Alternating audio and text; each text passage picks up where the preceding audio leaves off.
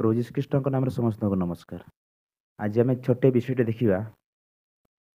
Matthew 9 ପର୍ବ 27 ରୁ 31 ପଦ ପର୍ଯ୍ୟନ୍ତ। ଆପଣମାନେ ଜାଣିଅଛନ୍ତି ଜଗତରେ ଅନେକ ଲୋକ ବଡ଼ ବଡ଼ କାମ କରନ୍ତି।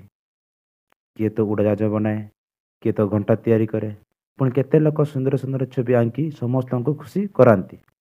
କେତେ ଲୋକ ବଢ଼ିଆ ବଢ଼ିଆ ଖେଳ ଖେଳି ବାହାଦୁରୀ ପାଇଥାନ୍ତି। ତେବେ ଆଜି ଆମେ ଦେଖିବା ଆମମାନଙ୍କ ପ୍ରଭୁ ଯୀଶୁ ଖ୍ରୀଷ୍ଟ ସେ କେତେ ବଡ଼ କାମ କଲେ। ଯଦି ଆମେ ପଢ଼ିବା ମାଥିଉ 9 ପର୍ବ 30 ପଦରେ ଲେଖା ଅଛି, ତହିଁରେ ସେମାନଙ୍କର ଆଖି ଫିଟିଗଲା।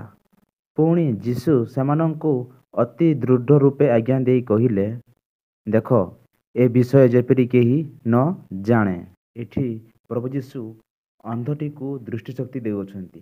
ପ୍ରଭୁ ଯୀଶୁ ଏଇଠି ତାଙ୍କ ହସ୍ତରେ ଯୀଶୁ ଯେତେବେଳେ ସେ ଅନ୍ଧ ଲୋକଟିକୁ ସ୍ପର୍ଶ କଲେ, ସେତେବେଳେ ସେଇ ଅନ୍ଧ ଲୋକଟିର ଆଖି ଫିଟି ଯାଉଛି, ମାନେ ସେ ସୁସ୍ଥ ପ୍ରଦାନ ହେଉଛି।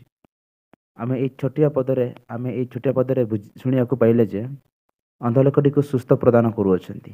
ଯେଉଁ ଲୋକଟିର ଆଖି ଦୃଷ୍ଟିହୀନ, ତାକୁ ସେ ଦେଖିବା ପାଇଁ ଶକ୍ତି ଦେଉଅଛନ୍ତି। ଯେତେବେଳେ ପ୍ରଭୁ ଯୀଶୁ ଖ୍ରୀଷ୍ଟ ତାକୁ ସ୍ପର୍ଶ କଲେ, ତାକୁ କେତେ ସମୟ ଲାଗିଛି ଆଖି ଫିଟିବା ପାଇଁ? ଯୀଶୁ କହିବା ମୁହୂର୍ତ୍ତେ ହେଁ ସେମାନଙ୍କ ଆଖି ଫିଟିଗଲା। ଯୀଶୁ ସେମାନଙ୍କୁ ସୁସ୍ଥ କରିବାରେ ପୂର୍ବରୁ କେଉଁ ପ୍ରକାର ପ୍ରଶ୍ନ କରିଥିଲେ? ଯଦି ଆମେ ପଢ଼ିବା ମାଥିଉ 9 ପର୍ବ 28 ପଦରେ ଲେଖା ଅଛି, ପୁଣି ସେ ଗୃହରେ ପ୍ରବେଶ କରନ୍ତେ ସେହି ଅନ୍ଧମାନେ ତାହାଙ୍କ ନିକଟକୁ ଆସିଲେ। ଯୀଶୁ ସେମାନଙ୍କୁ କହିଲେ, ମୁଁ ଯେ ଏହା କରିପାରେ ତାହା କି ବିଶ୍ୱାସ କରୁଅଛ?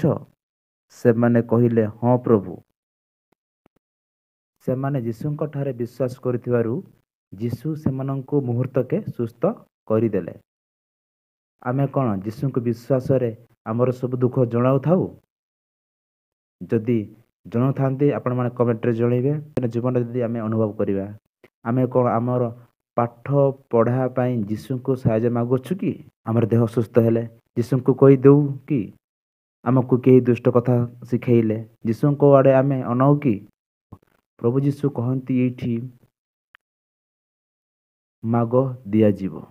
କିନ୍ତୁ ଆମେ ଯଦି ପ୍ରଭୁଙ୍କୁ ମାଗିବା, ପ୍ରଭୁ ଆମମାନଙ୍କୁ ନିଶ୍ଚୟ ସାହାଯ୍ୟ କରିବେ। ଯେପରି ଅନ୍ଧମାନଙ୍କୁ ଯୀଶୁ ସୁସ୍ଥ ପ୍ରଦାନ କଲେ, ସେହିପରି ମଧ୍ୟ ଆମମାନଙ୍କୁ ସୁସ୍ଥ ପ୍ରଦାନ କରିବେ କି ଆମମାନଙ୍କର କଥା ଶୁଣିବେ। ଅନ୍ଧମାନଙ୍କୁ ଯୀଶୁ କ'ଣ ମନା କଲେ କି? ନାହିଁ ତ, ଅନ୍ଧମାନଙ୍କୁ ଯୀଶୁ ମନା କରିନାହାନ୍ତି। ଯଦି ଆମେ ଦେଖିବା ମାଥିଉ 9 ପର୍ବ 31 ପଦରେ ଲେଖା ଅଛି, ମାତ୍ର ସେମାନେ ବାହାରି ଯାଇ ସେହି ଦେଶଯାକ ତାହାଙ୍କ କୀର୍ତ୍ତି ପ୍ରଚାର କଲେ।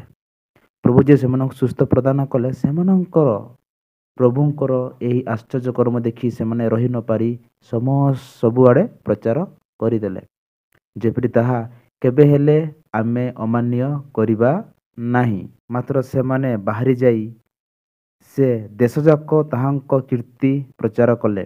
ଯେତେବେଳେ ପ୍ରଭୁ ଯୀଶୁ ଖ୍ରୀଷ୍ଟ ସେହି ଅନ୍ଧ ଲୋକମାନଙ୍କୁ ଦୃଷ୍ଟି ଦାନ କଲେ, ସେତେବେଳେ ସେ ଲୋକମାନେ ଆଉ ରହି ନପାରି ପ୍ରଭୁଙ୍କର ଏହି ଆଶ୍ଚର୍ଯ୍ୟକର୍ମ ବିଷୟରେ ସବୁଆଡ଼େ ପ୍ରଚାର କଲେ।